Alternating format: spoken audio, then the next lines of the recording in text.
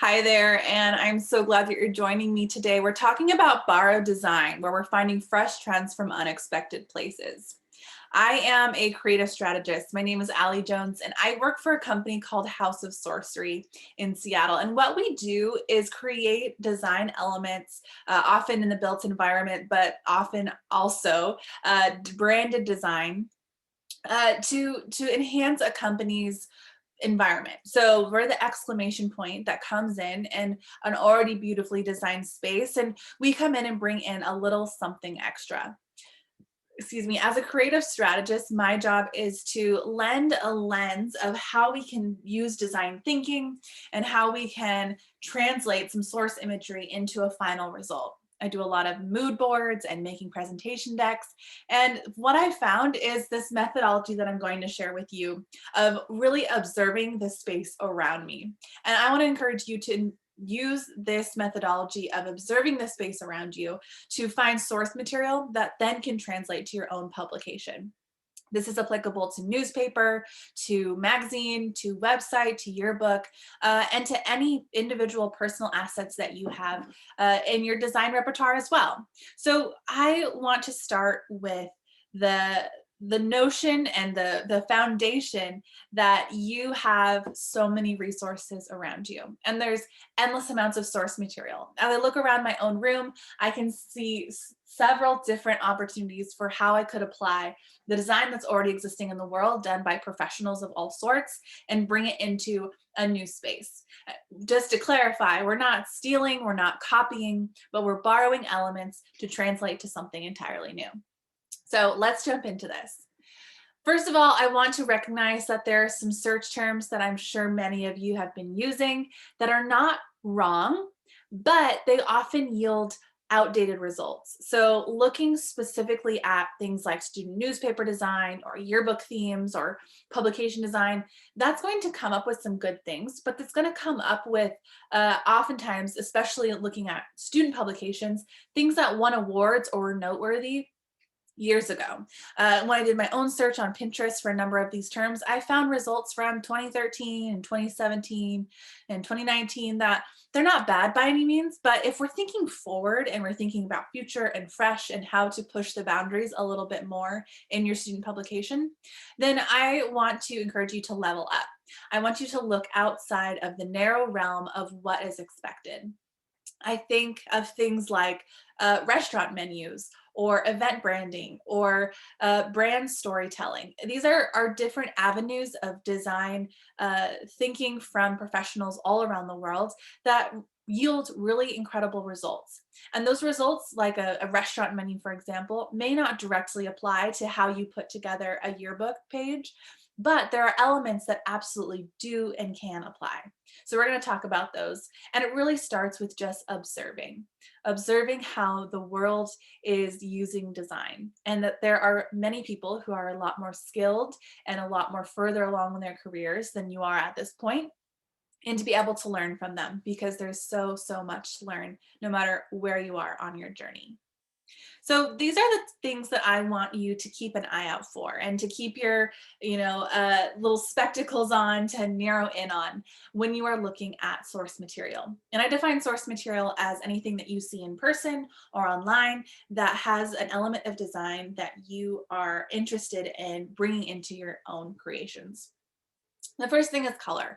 Color is a really poignant tool for people who are able to see it, that elicits emotion, and certain combinations of color can either bring you closer or turn you off entirely. Your school probably has colors that you use to represent your identity. So when you're thinking about color, there are a lot of factors at play. But even a great place to start beyond that is just, what do you like? What's your favorite color? What combination of colors go along with that? And then you can start to build out palettes from there. Next up is type, where I'm sure there are a million resources for typography, identification, and education. But what we're going to do is use our knowledge of type, whether it is very beginning or very advanced, to just, again, look at what we like. Look at what makes us feel or think a certain thing, to the end of having that feeling or notion applied to your end result.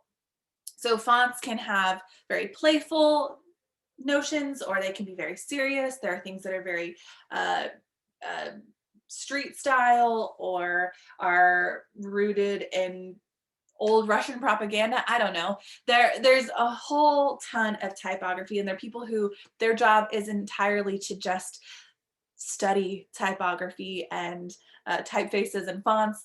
And there is a whole world of resources out there for you that we can dive into.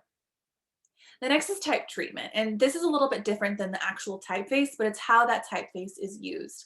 It is the way that color interacts with it, or the way two typefaces interact with one another. It's kerning, it's leading. It's a way that we use type as a design element within itself. Layout is the next one, and it is critical. And I'm sure if you have spent any time in student publications, you've heard a lot about layout.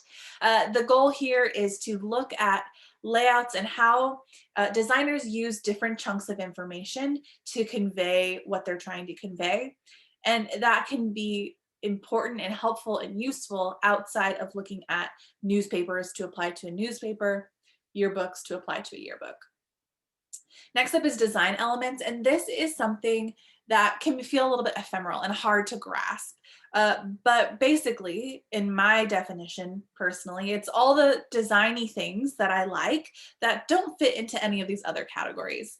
It is line weights, and it's special shapes, and it's curves that you see recurring in the source material that you can apply inside of your own publication. Next up is the image treatment, and this is pivotal for any image-based publication that you're putting out there, which I imagine a lot of you are. So there's the traditional where you just take a photo and then you plop it in, and it's usually a rectangle and it's usually in full color, and that's absolutely great. And I think a lot of your options for how you can put things together will use that as the baseline. But there are ways that you can play with color, play with halftone, duotone, play with the way that it is framed out. All of those things can add a special image treatment that lends itself to a more cohesive whole. And lastly is illustrative style. This won't be applicable to all the publications that we're working with, but illustration is a great tool to, again, bring in some more personality. On one end, we can have what looks like little kids' crayon drawings for a sense of youthfulness and young and playful. Or you can have what, those caricatures who sit in courtrooms and sketch out the perpetrator have a very serious and realistic illustration. I don't know if either of those are applicable to your publication, but illustrations might be. So all I'm asking from here is that we do some observation together, and we're going to observe in different industries. So in my personal work, I work with interior designers and architects all the time, and environmental graphics is the term that we use for all of the applied signage, wayfinding notions, things on the floor. It's like it says, graphics that are in the environment, in the physical space. And as I'm looking at these, I see some interesting elements that are on the page previous.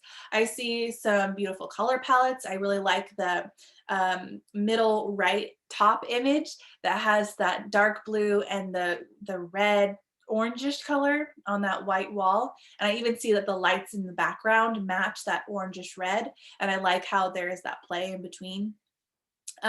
Looking right below that, I see some wayfinding elements that use color to help chart a path. I think that is an effective use of color, and design elements with the arrows. When I'm thinking about how I might apply this to a publication, my eye is also drawn to the far left image. So say I was creating a yearbook that had an organizational structure based on season. Maybe at the beginning of the book and at each section throughout, I have this bar of boxes. Each section is written inside of a box, and when you get to that section, it's bumped out and changed to a different color. So instead of music room 4, it would say winter. And that is how I know that I'm in the winter section. And I'm going to see those dates. I'm also looking at the Far right, it has a similar effect. So instead of having it bumped out, we're just using color. And I also like how the one on the far right has some notes below, or sorry, the notes beside each number. So maybe next to where it might say winter, it lists out all of the contents of that section. It lists out the winter sports. It lists out that there was a big snowstorm that the book is going to cover. It's going to list out a page about finals week or current trends, things like that. And there's a lot of different ways to adapt information based off of what you see here. Let's try another one. Event branding. So this one is near and dear to my heart. I love a good set of event branding assets. What this is are all the pieces that come together to create a sense of identity for a conference, for a get together, for a camp, for a concert, for a festival. And we as designers look really favorably on things that are cohesive and work as a set. And this is a place where that absolutely is true. So when you're thinking about a set of colors and shapes and illustrative elements and layouts that work for your publication and will look consistent from page to page to page, this is an excellent resource. I'm going to touch on briefly the one on the far left, which I think is a great wealth of references to pull from. I'm seeing the color element. I see 3 blues and it looks like, or actually no, maybe 4 blues and the white that is recurring throughout all of these things. I see the typeface is right there on the top right. It tells me the exact one. I see the type treatment. If I look at the bottom center image, I see that the type is on top of a color blob, which is on top of an image, which is on top of another color. And I recognize that the headline is always centered and in the very front. What else do I see here? Image treatment. I see that they have some cutout elements with anytime I see a person, they're on a background that is playing with this blue pattern. And then lastly, when I look at design elements, I see that there's some playing with transparencies in the colors, and everything ladders back to that initial pattern that looks to be on the front of a book. I'm basically getting a full yearbook design package when I look at this source image. How cool is that? And if I wanted to add a pop color or swap out the typeface, this is a really solid foundation to be able to do that from. Next up is UX and UI design. This is the school of designers who are thinking about usability. So their main goal is to create whatever their design is in a way that is going to convey information in a clear and understanding way. They're going to be creating apps and looking at websites and how people maneuver through them. While we're not going to be clicking on your page, this is really applicable to your websites. And how do you let readers maneuver through your articles? How do you bring design elements that bring clarity to your pages? An example I'm going to highlight here is on the upper right image, the first screenshot. And I really like how the left-hand side of it is sort of this frosty material. And I can still tell what the image is behind it. I see it's a person and a leaf. It's very simple. But if that frostiness wasn't there, I'm not sure I'd be able to read the headline as effectively. The shop the most modern essentials. So having that frosty, transparent, whatever that effect is in front of it, it's helping with readability. And I think that the usability designer is looking at that to determine the best way for the end reader to be able to get the information that they need. Maybe it was also just a design element they thought was cool. That's also fair game. Looking over at the upper left, there's some fun design elements here where the Berlin app or website, whatever it is, has a really great, straightforward and solid set of layouts. I see that everything is its own individual chunk as you move through it, but they do have a tiny little twist with that 2012, which is turn 90 degrees and shifted over the photo slightly.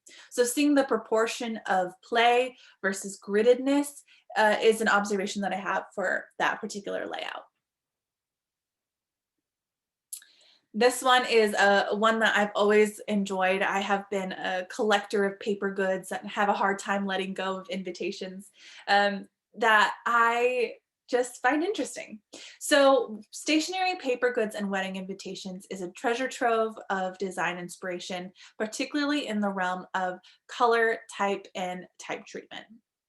If you look at these examples, you'll see a distinct personality from one side of the page to the other. I see these all look like wedding invitations to me, though it could be invitations for anything. And I see on the far left, who are we looking at? Harper and Gregory. They have sort of a Southwestern feel. They've got two colors. It's a very playful looking font. And then if I look on the far right, we've got Gordon and Claire.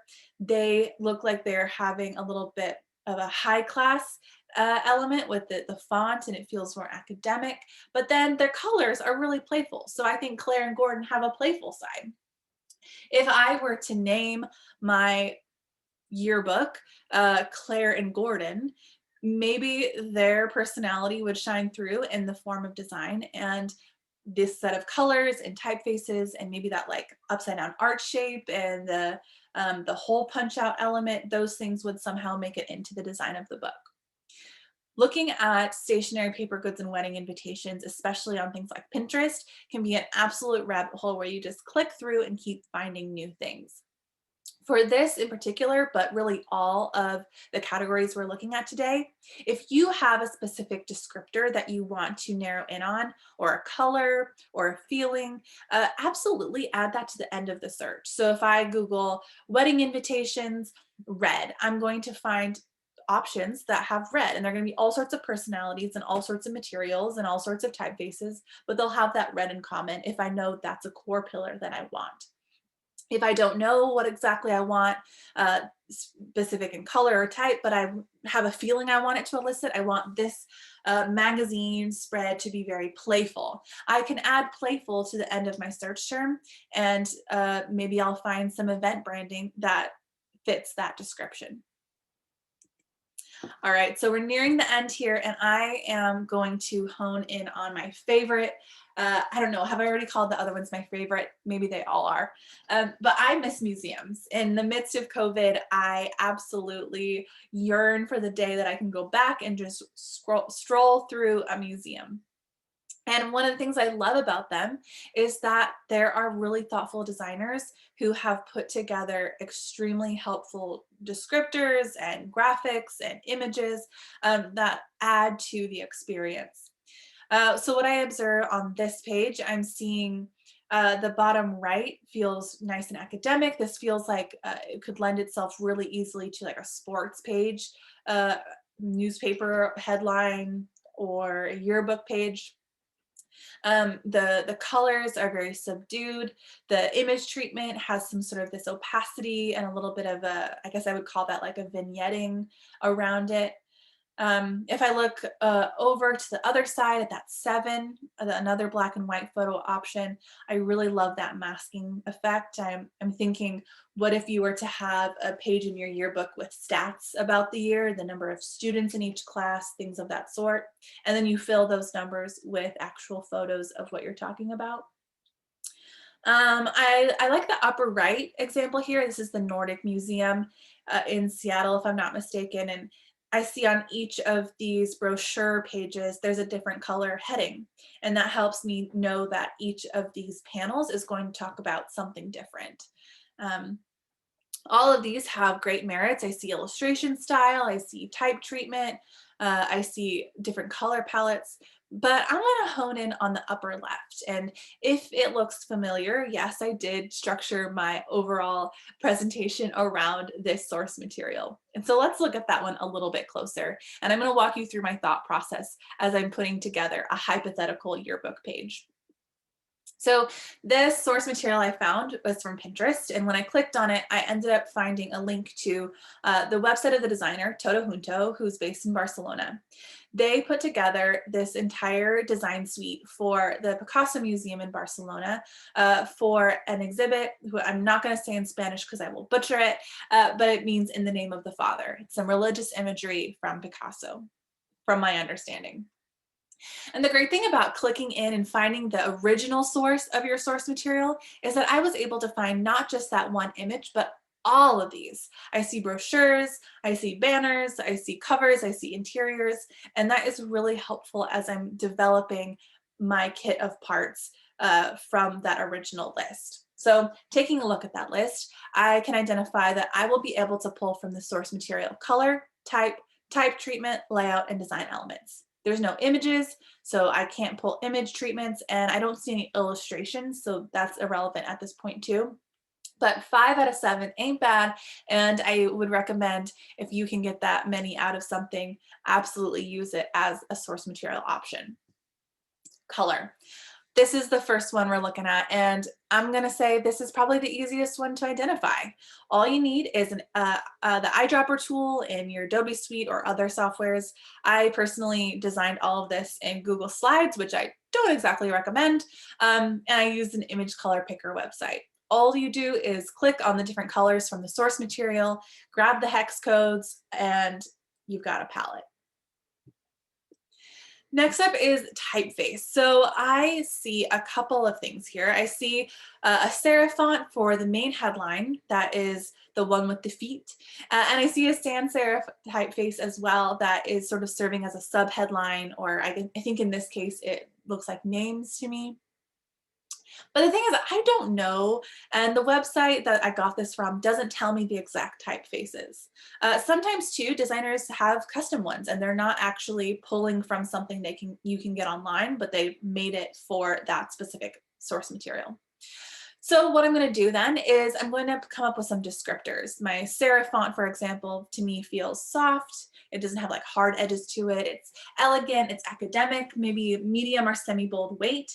And so what I did then is I scrolled through my typeface options on Google Slides, and I pulled a few options that felt similar. Not exact, but they get the job done for my purposes here.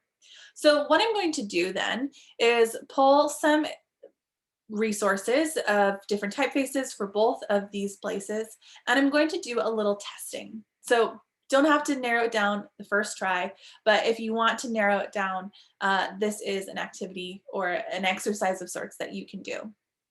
So let's start with pulling a single letter, which is, let's start with E. So what I'm observing here is, I think the first thing that I see is that the serifs are sort of triangular. So the end of each line has a triangle effect. And the middle one especially has a triangle that looks like both sides are equal. There's a nice flat face. And when I look at Playfair, I see a similar quality. Laura doesn't really look like that though. I see it looks almost like a straight T shape in the middle of that E. Prada, again, has some more triangle notions, so I'd give Playfair and Prada a point. Laura, not so much. Let's try another letter, is the A. So the first thing that I am observing here is that we've got a really thick side of the A and a really skinny side of the A. And so I'm gonna look for that in my options. And Playfair does a good job of that. I see a good distinction between thick and thin.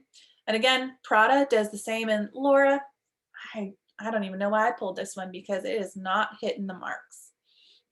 All right, but one thing I am noticing here too, as I go a little bit deeper, is the source material A has a flat top and Prada is very pointy. So the apex of Prada is kind of knocking it down half a point. So right now we're 2 points for Playfair, 0 points for Laura, and 1.5 for Prada. Let's do one more just to verify. And let's look at the L. So I'm noticing, again, none of these are quite getting that really soft serif that I really liked, but I think I'm seeing more softness in Playfair and Laura than I am in Prada. So I guess if I'm comparing these three typefaces, 3 for 3, Playfair Display is the one I'm going to go with. Now let's do it for the sans serif. We've got Archivo, I think that's how you say it, Helvetica, and Rubik. We'll start with the A. And right off the bat, I see a distinction. So Archivo and Helvetica have that little tail at the end of the A, whereas Rubik doesn't. So that is a point for Rubik, that the A looks the most similar of the options I pulled. Next up is this capital C. And quite honestly, none of these feel exact. None of them feel that they're super far off. I do think it's important to pull a combination of lowercase and capital letters if you have the opportunity to, and that's what your source material also has. I'm seeing some small distinctions on the C that I don't think are noteworthy enough to note right now, so we'll call it a wash. Try one more. Oh, okay, here we go. So the G here is definitely not matching Archivo. The G in Archivo has that double loop effect, whereas Helvetica and Rubik, quite honestly, to the naked eye, look the same at first glance. So I guess if I'm adding it up in my head, Archivo gets maybe 1 point for the C, Helvetica gets a point for C and G, Rubik gets 3 points. So Rubik is the one I will move forward with. Next up, type treatment. So we have the typefaces now, and then we can look specifically at how the original designers used type together. And what I'm noticing is this. On a base level, on using the colors that are in the source material, we've got a left aligned headline in all caps. And El Nom del Par, oh gosh, forget that I said that. My Spanish is just not it. The source material has everything aligned left in all capitals with my Play Fair display equivalent. And then I see the white text and I see that it is centered. It is much smaller in scale. And depending on whether I'm looking at the banner or the big wall, it's either centered on a single line of text like the banner is.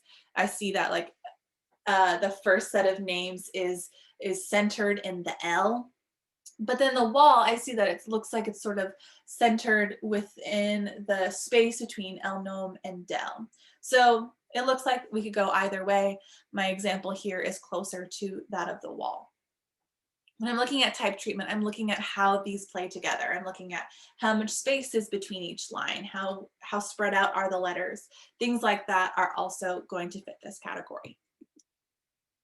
This also bleeds into layout. So my headline treatment here is very much going to affect the layouts that I use. And as I use the source material, I can see, okay, the body copy in this case is 4 columns and that's easy to replicate. But I'm really happy that I found more source material from this exhibition because there's this brochure or pamphlet, informational packet. I'm not entirely sure, not gonna lie, I didn't read it. But what I'm seeing here is that there is a hierarchy of what my eye is drawn to, and that is important to setting a layout. So let's start with what my eye is drawn to first. I'm going to put a box around it, and that's the 1, 2, and 3. That is the most in your face, and it is noting that that is what you should be looking at first. For supplementary information, I see the headlines, the one at the top, and then the one in each section. Those seem important to, maneuver around the page.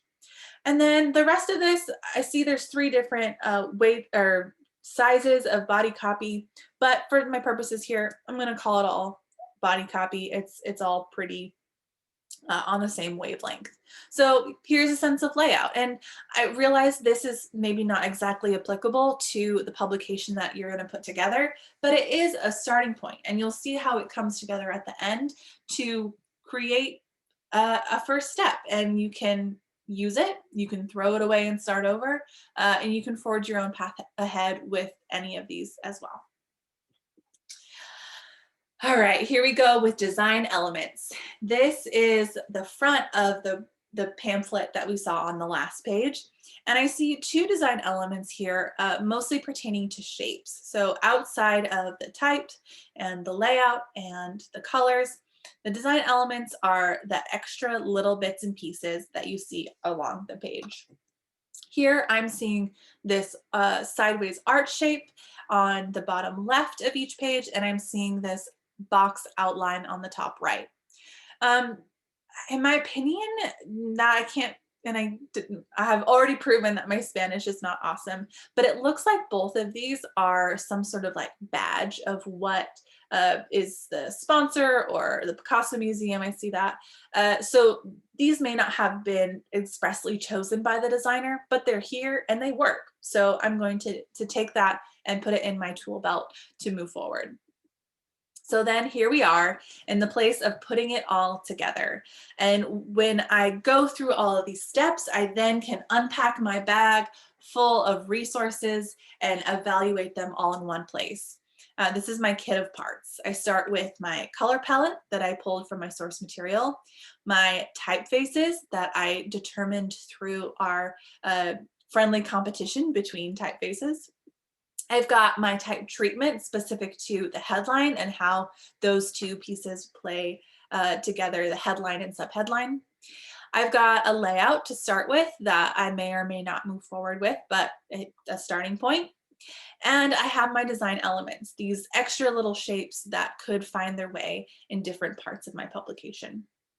So in the magic of presentations, we're going to put this all together. We're going to start with our spread, and I'm going to change the background color to fit in our palette. Let's make this a superlative page, a senior class most likely to. My subheadline is as voted by their peers.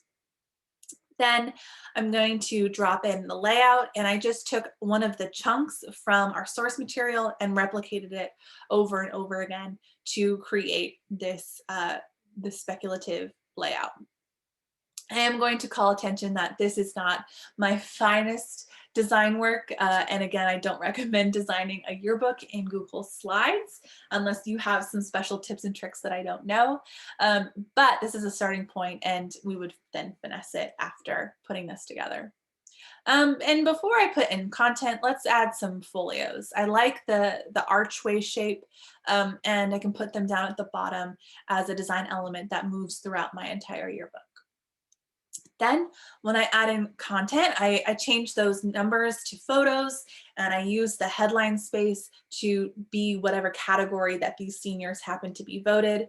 And then my very much so not Lorem Ipsum filler text is going to be going below that. And what I'm noticing here is there are some things as a designer that I would change and that I don't love, but how quick was it to put together all of these resources on the left-hand side of this page and adapt it versus starting from the ground up? I think we so often get stuck in the rut of how am I going to choose all of these individual pieces and bring them together in a cohesive way. And the thing is, you don't have to do all that groundwork on your own. There's a lot of resourcing out there that can give you a boost before you get going. And before we close, I have one last bonus element that I didn't bring up earlier, and that's content. And this is close to my former yearbook editor heart, and that is yearbook themes. And maybe it's headlines for your magazine or newspaper. Maybe it's you're theming out a page on your website. But the idea of content is when you're looking at your source material, you don't need to know what language it is. You don't need to know what they're talking about. If it's an advertisement for toothpaste, it can still apply to your design. Design is a universal language in many ways. But every once in a while, as you're going through your searches, you get lucky and you strike gold in a single piece of source material that marries all of the design elements. And when I say that, I mean all of the things on this list, or at least most of them. Plus, it has a content element that you can pull from as well. So let's end here on this bonus inspiration that you can use any of these and so many more on the internet and in the real world to create a cohesive look and feel that surrounds a single theme. So say I was going to create a yearbook and I like the bottom left source material. In this case, I would use less as my theme. I would look for a typeface that looks like this. My type treatment would be noting that we're looking at all lowercase and periods where perhaps periods may not normally be. Design elements, I see a lot of white space. I see a little bit of a circular element there to the left of Kobe Bryant. And black and white images is my image treatment. There are all the elements that we just talked about, plus the added bonus of a theme to rally around. Another one, if I'm looking at the forward example there, I see a lot of colors to choose from. I see this typeface in all capitals For a type treatment, I see these carrot shapes, the triangle that carries throughout the whole page. It looks like this is even a user conference that may have even more assets to pull from.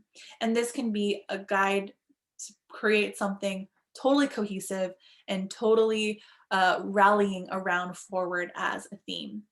Reminder, we're not copying, we're not stealing, we are borrowing our design elements and then changing them to fit our purposes and creating something that is built on a foundation of people who have a really great sensibility for what they're putting together.